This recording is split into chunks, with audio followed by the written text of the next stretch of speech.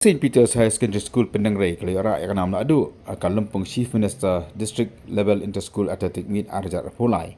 Wala penyai dekat Office District Sports Officer West Castle District kebelang Pak Medan NDSA Nongpyndeng Nongstoiñ. Nam adu dekat St. Peter's kalau dia jelang nama keran kinrang bagi thai dekat kibat tibet kebeli ara bun ki gold medal keban ar ketika Sip Sing High Secondary School.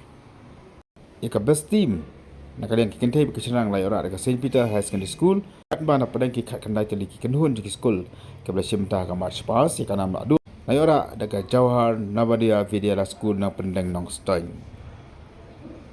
Hai nak jadi lakai ke bela skinter at pun di school ki simta ki benta ki paper jong ka West Castle District balapun pu pen piang ya kan ka jelang penkot ya kan ka sports haka bela don lang ru i ADC jong ka West Castle District ikong bibla Assistant Director jong ka Sports Department iba paya nong beri berkom juru i District Sport Officer jong ka West Castle District ikong barinas ia berangkat ki kena sekolah ki kimi ki kma ki berapa Shongshit ia akan dikeji.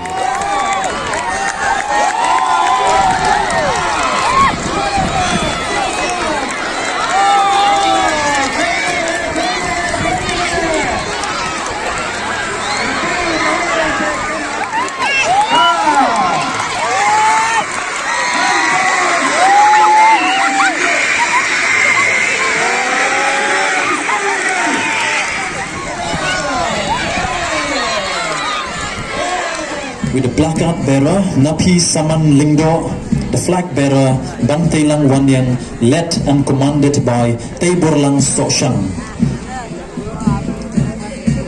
They live with the motto, knowledge, perseverance and honor.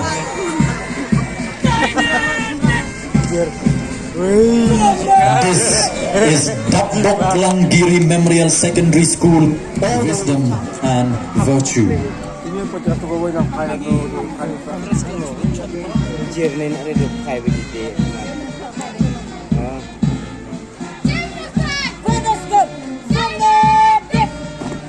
Sacred Heart Secondary School.